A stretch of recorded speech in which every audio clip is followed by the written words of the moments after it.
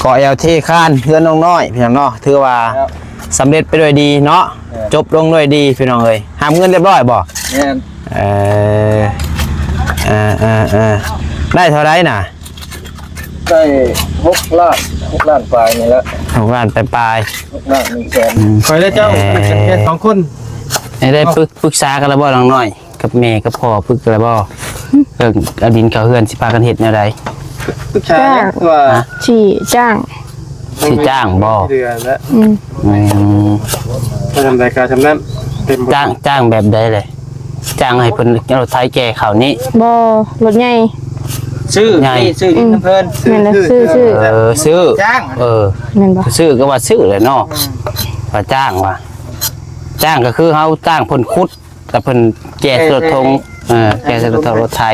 เอาบ่ขุดเองล่ะบ่มันมีเงินที่เหลือน้องคนแล้วก็ซื้อมาใส่ก็ดีมันคนใส่กับเมื่อยอยู่โอ้อย่าว่าบ่กินหลายแม่นความขึ้นเฮาก็ว่านั่นน่ะแหละซื้อมาให้เพิ่นถอกใส่ถอกให้เลยคนเขาบัดนี้เนาะมันก็จะง่ายกว่าพี่น้องคะแนนว่าสิไปขุดไปขุดเพื่อสิขุดพอดีส่วนขึ้นรถขึ้นรถ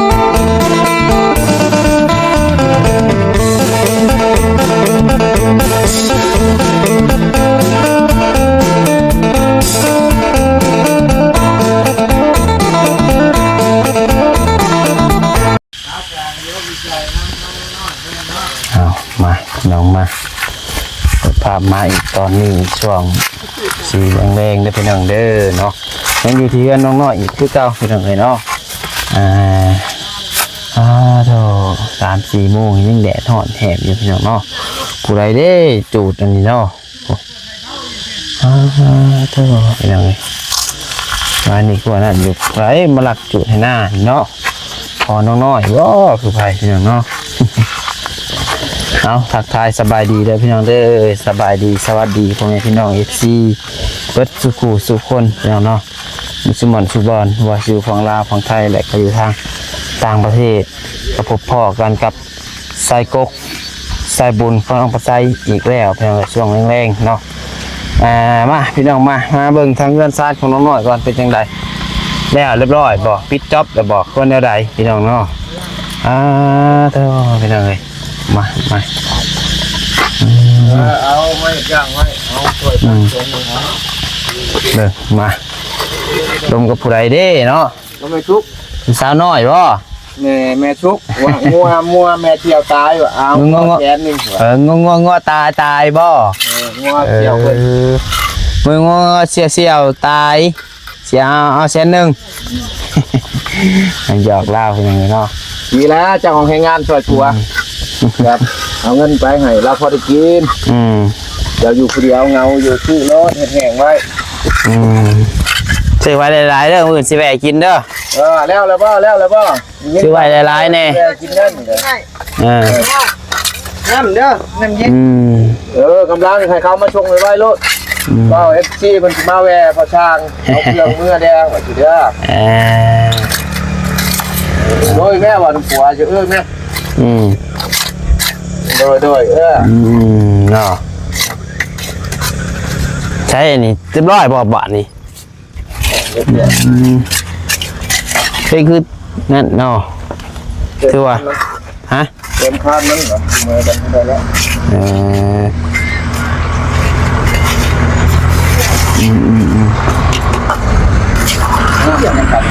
เอายังไงคือว่าคานนี่เกาะเอลที่ข้านเพื่อนน้องน้อยพี่น้องเนาะถือว่าสำเร็จไปด้วยดีเนาะจบลงด้วยดีพี่น้องเลยหามเงินเรียบร้อยบ่ได้เท่าไรน่ะได้6 ล้านปลายนี่แล้ว6 ล้านปลาย6 ล้าน100,000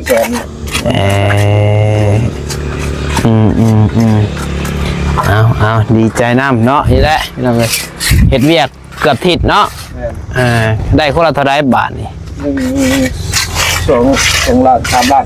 แบ่งครึ่งบ่ครึ่งกันเพิ่นก็เอาให้เขาทางริมหน่อยนึงได้ประชาชนบ่ได้รับ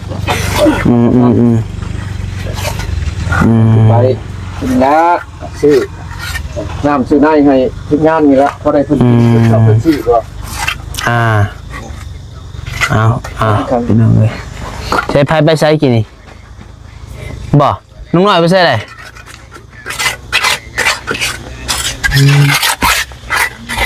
เกี่ยงเลยเนาะเนี่ยเราก็ถือว่าไม่ได้เตรียมกลับแล้วแบบนี้เนาะเก็บอุปกรณ์เครื่องไม้เครื่องมือกลับแล้วพี่น้องเลยถือว่าปิดจ็อบเนาะสำเร็จไปด้วยดีพี่น้องเลย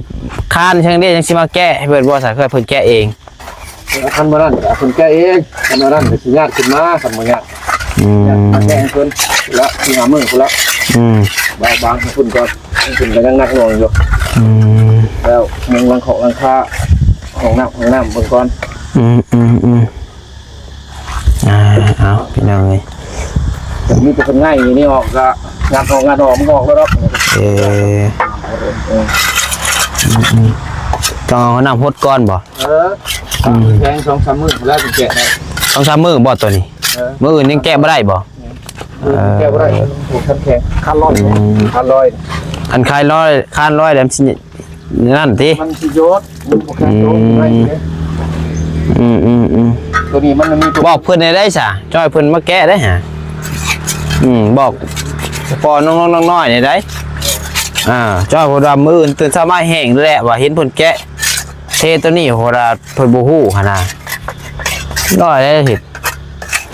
โดดไปยังไงสิมาเทใหม่อีกครับได้อยู่แต่มันบ่หักประกันบ่ครับปูนเรือบ่ปูน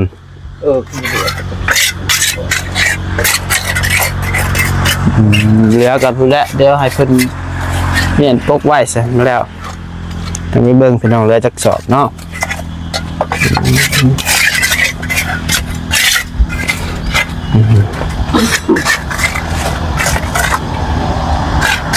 นี่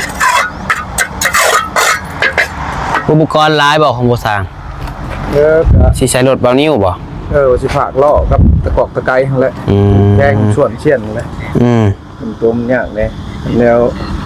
ยืนกับอุปกรณ์นำพระไทยดอกยังเป็นเครื่องมือเอาไปแล้วเอาโอเคเนาะคือว่าสำเร็จได้พี่น้องเด้อเนาะล่าสุดมือนี่จบไป3 โมงครึ่งพี่น้องตอนนี้ก็ได้แล้วพี่น้องเนาะโอเคแล้วสำนึกกันมีแต่เพิ่นคนดินคนยังข่าวแล้วอันนี้เนาะ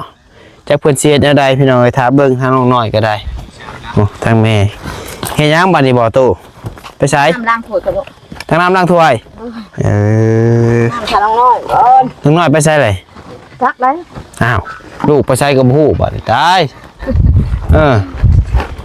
เพิ่นเอาลูกไปขายเฮ็ดได้ฉันบ่รู้จักฮอดลูกเนาะ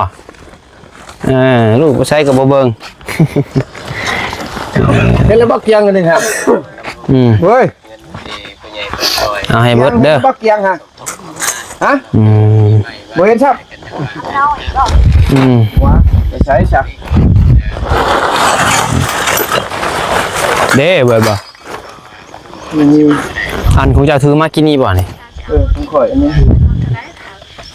300,000น่ะข้างหน้าบ่ยังบ่ได้มาว่าจะใช้ซะหรือว่าถูกบ่ขอเช็คเนี่ยครับยังบ่ได้มา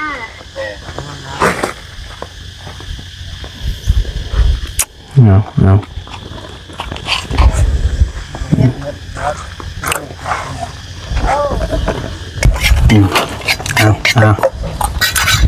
เยี่ยมเก็บอุปกรณ์เนาะกลับบ้านแล้ว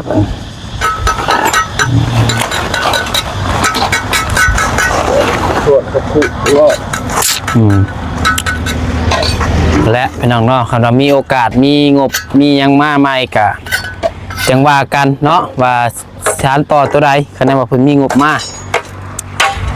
ขณะบ่มีมาเลยกะสิได้มีแต่เสากระเดแบบนี้แหละพี่น้องเนาะเนี่ยเพิ่นเอาดินเอายางข่าวสะก่อนเนาะ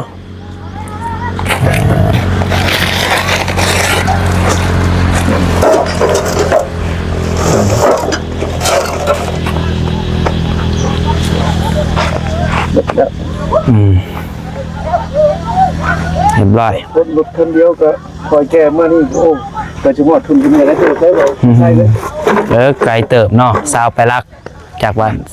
เนี่ย จากบ้านน้องน้อยไปหาบ้านพ่อสร้างจากบ้านน้องน้อยไปหาบ้านน้องพ่อไส้นี่40ปลายไปได้พี่น้องเอ้ยว่าบ้านพ่อสร้างนี่เป็นอยู่ใจกลางเลย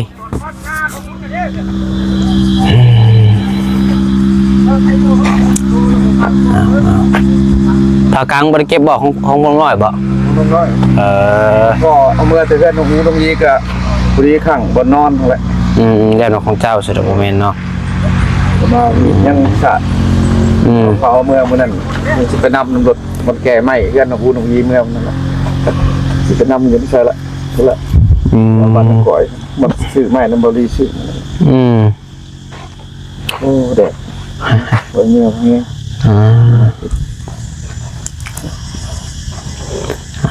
เพื่อนเก็บของไว้ให้เพื่อนเป็นระเบียบเรียบร้อยเลยเด็ดแล้วนี่ตัวนี้แล้วผลมาพอแล้วฉันใช้รถเพื่อนโดยโอเคเสร็จแล้วเบิ่งไปเบิ่งทั้งแม่ทั้งน้อยแบบหน่อยล่างถ้วยบ่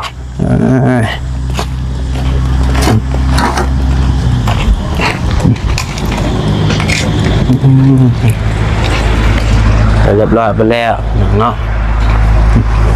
เจ๊คือล่างนั่น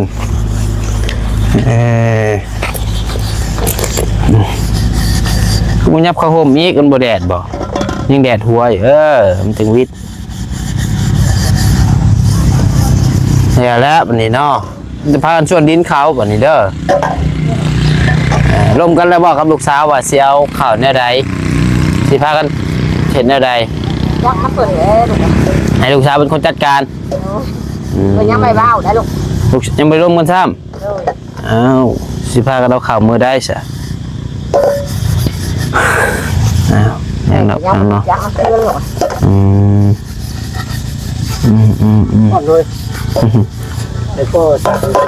โอ้ยเห็ดก่อยเอาข่าวไป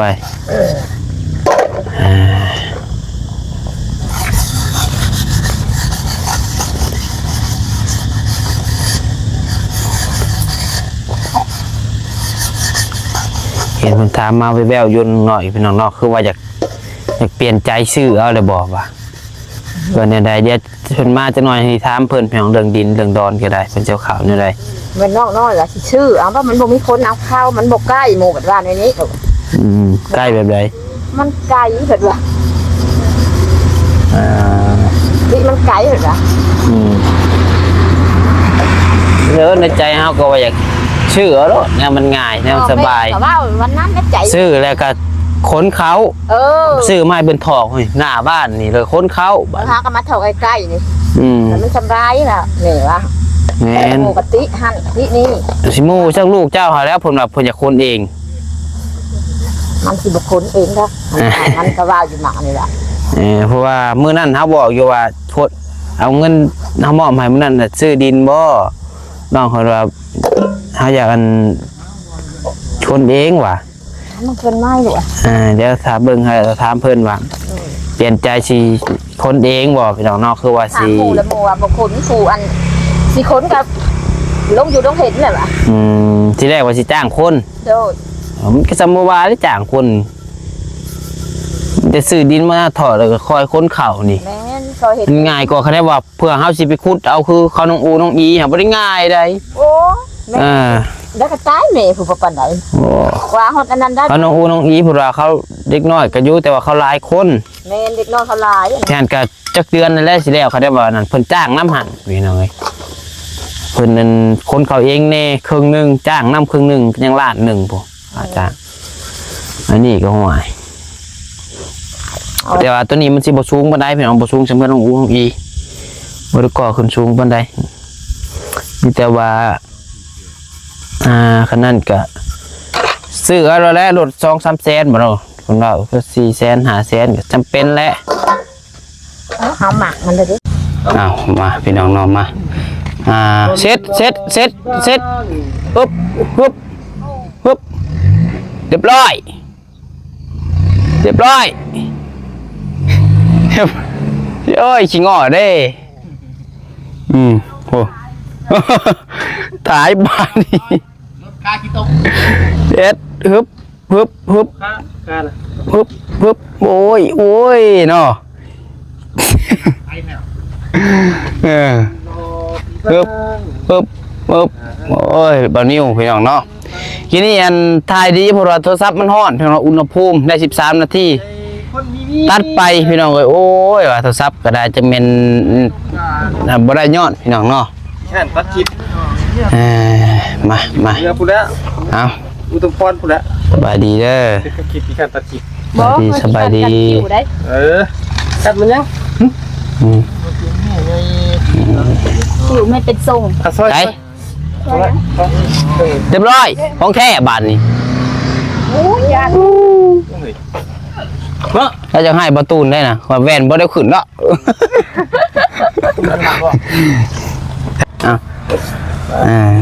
สบายดีเด้อ ใช้บาทนี่ เอ็ดเบานี้ แม่นยังบาทนี่ไปเลยแม่ไม่เท่าเป็นอยู่รถให้ลูกเคยฮะ เอาอยู่บ่ เออ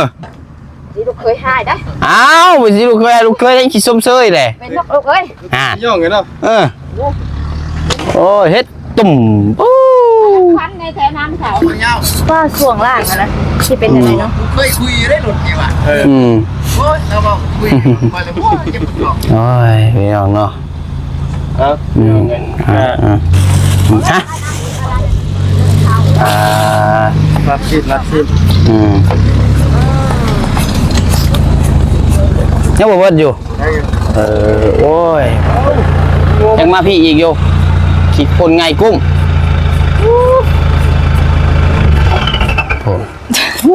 ตดซะอีกเนาะ งูคนกว้างงูมันหนี รถไปจักตดซะอีกนี่ตาย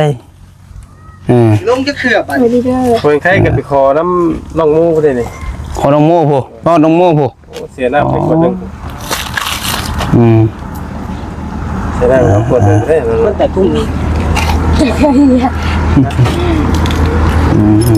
ไม่ได้หรอกน้ำไปดิ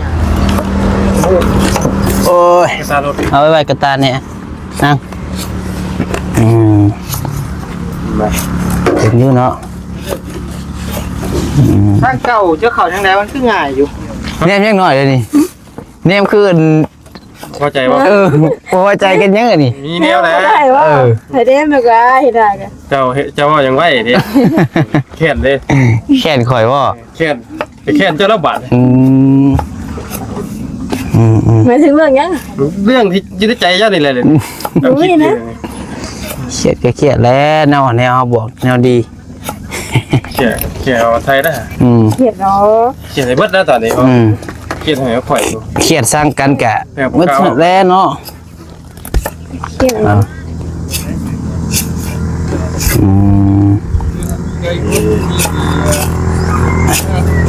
จะแบ่งปันเวลาไปหาชามใหม่เธอก็รู้ ถือว่า รู้อยู่ดีแก่ใจ เมน เอ้า เธอ จะแต่ง ก็ เอา รู้ นี่แม่นี่ นอนไม่พอใจเบาคัดใส่ ยังไงขอให้สินมีอะไรบ้างเนื้อปวดปลายอ่ะคดจะคอยเลิกข้อเวลาที่บางทางน้องยังเงา เจ็ดยังไงนี่ ตัดสิน แบบสิ คอยและเจ้าผูกกันแค่2 คน ได้ปรึกษากันแล้วบ่น้องน้อยกับแม่กับพ่อปรึกกันแล้วบ่อดินเขาเฮือนสิพากันเฮ็ดแนวใด ผู้ชายตัว ฉี่จ้าง สิจ้างบ่ เดือนแล้ว มาทำรายการทำนั้นเต็ม จ้างแบบใดเลยจ้างให้เพิ่นรถไถแก่เขานี้ บ่รถใหญ่ ซื้อนี่ซื้อกินน้ำเพลิน นั่นแหละซื้อ ซื้อ จ้าง นั่นบ่ ซื้อก็ว่าซื้อเลยเนาะว่าจ้างว่าจ้างก็คือเฮาจ้างเพิ่นขุดแต่เพิ่นแก่รถทงแก่รถไถ เอาเลย เอาบ่ขุดเองล่ะบ่ บ่ มันเป็นเงินที่เหลือน้องคนแล้วก็ ซื้อมาใส่กะดีมันคนใส่กับเมื่อยเยอะ โอ้จะว่าบ่กินหลาย แม่นความขึ้นเฮาก็ว่านั่นน่ะแหละซื้อมาให้เพิ่นถอกใส่ถอกให้เลยคนเขาบัดนี้เนาะมันก็จะง่ายกว่าพี่น้องคะแนนว่าสิไปขุดไปขุดเพื่อสิขุดเพื่อสิชวนขึ้นรถขึ้นล้อเพื่อสิอยู่มาหายังลำบากเลยนะ ลำบากเยอะฉะนั้นบ่มีเงินก็จำเป็นได้เฮ็ด พอมีอยู่เงินนะ บัดนี้มีเงินน้องเป็นเสียวเขา จ้างเอาบัดซื้อเอา โดย เอาเลยเม็ดแม่งอันหนึ่งเลยเนี่ย1 บาท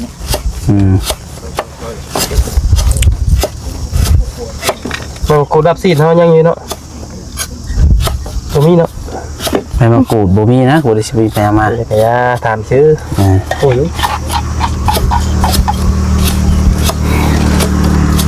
เบิ่งแม่งไปใส่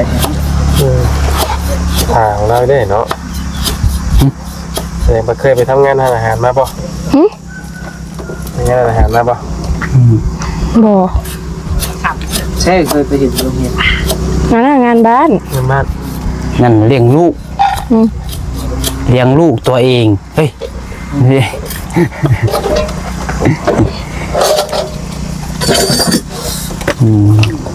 ซอยมันละ เอาไปปลูกน้ ปุ๋ยตันห่างมันจิตมันเลย ำโอ้แตกขึ้นกันเลยหอมเนาะเนาะ โอ้ชิงไข่สิ พากินในพิธบอล ถามอีกเลยไปจะไป คือเดี๋ยวเขาถามพ่อช่างเรื่องไผพาเห็ดเสาเฮือนใส่เล็กนี่วะ ย่อมเลย ต้นเฮาเนี่ยมันก็ต้องเล่าพิษเล่าถือแล้วพี่น้องเลยเนาะคอยเนี่ยอยู่ได้กินเลย เจ้า ต้องมี ผ ค ม น มาถามบ่เลยให้พาเมียก่อนเลยเอาถามมาได้ไหม ไพ่จะพาเมีย จักก็ถาม น่ะ เพราะตัวนั้นนึงว่ามันเป็นความไข่ของผู้ชายของ คนสองคน คนสองคนอยู่แล้วเนาะนั่นแหละทางเพศนะพี่น้องมันมีความต้องการอยู่แล้วตัวนั้นนะแต่ตัวกินนี่นะคือมันต้องลองพิษลองถือจักอะไรกินได้ เมนูใดจับมาใส่คือเฮ็ดเนาะอันคำว่าเฮ็ดเบื่อก็ตายได้กี่คนแหละจะพูดว่าเฮ็ดเบื่อติ คือว่าเพชรดีได้สะ มัน จะพูดมันบ่เบื่อติ กูจักจูว่ามันเพชรกินกับไปว่าเพชรแสบท้องกินได้ยักสะ ยังกินอยู่ เอ้าเอาแต่สิว่าบัดนี้เนาะเพิ่นได้เงินเด้มื้อนี้เนาะอารมณ์ดีแล้ว ดีแล้วบัดนี้ แม่เมียรับเมื่อกับคน เอ้ยเนาะ อย่าเล่าไหม ได้เงินเด้พี่น้องเอ้ยเฮ็ดเวียกเนาะ คุณข้าวเพราะว่า ก็นั่นแหละ ตาย ดี บาด ได้เหมือน นี้ กัน เนาะ มันเราเงินเราออกเราลมณ์ดีได้เหมือน เว้ย อ๋อรอดไปอยากได้ยังไง อารมณ์ดีเป็นพิเศษได้เนาะ ใช่บ้าน ค่าบ่ใส่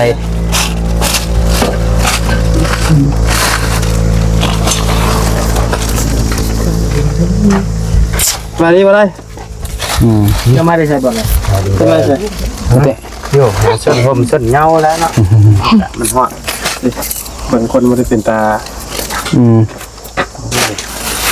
เอาสิเรายังน่ะเนาะ ว่าที่ไผอันนี้น้ำได้เลย เดี๋ยวซื้อมาแจก น้ำข่อยได้น่ะกินว่าผู้เดียวได้ ว่าอะไรก็อันสิไปแจกน้ำจังหน่อยไปบ่ อร่อยนะมื้อนี้บ่ เมื่อเดี๋ยวแจกน้ำแล้วไปซื้อน้ำไปถวายว่าพิษ บ้า ลายอยู่วัดนี่ว่า โดยครับมาโชค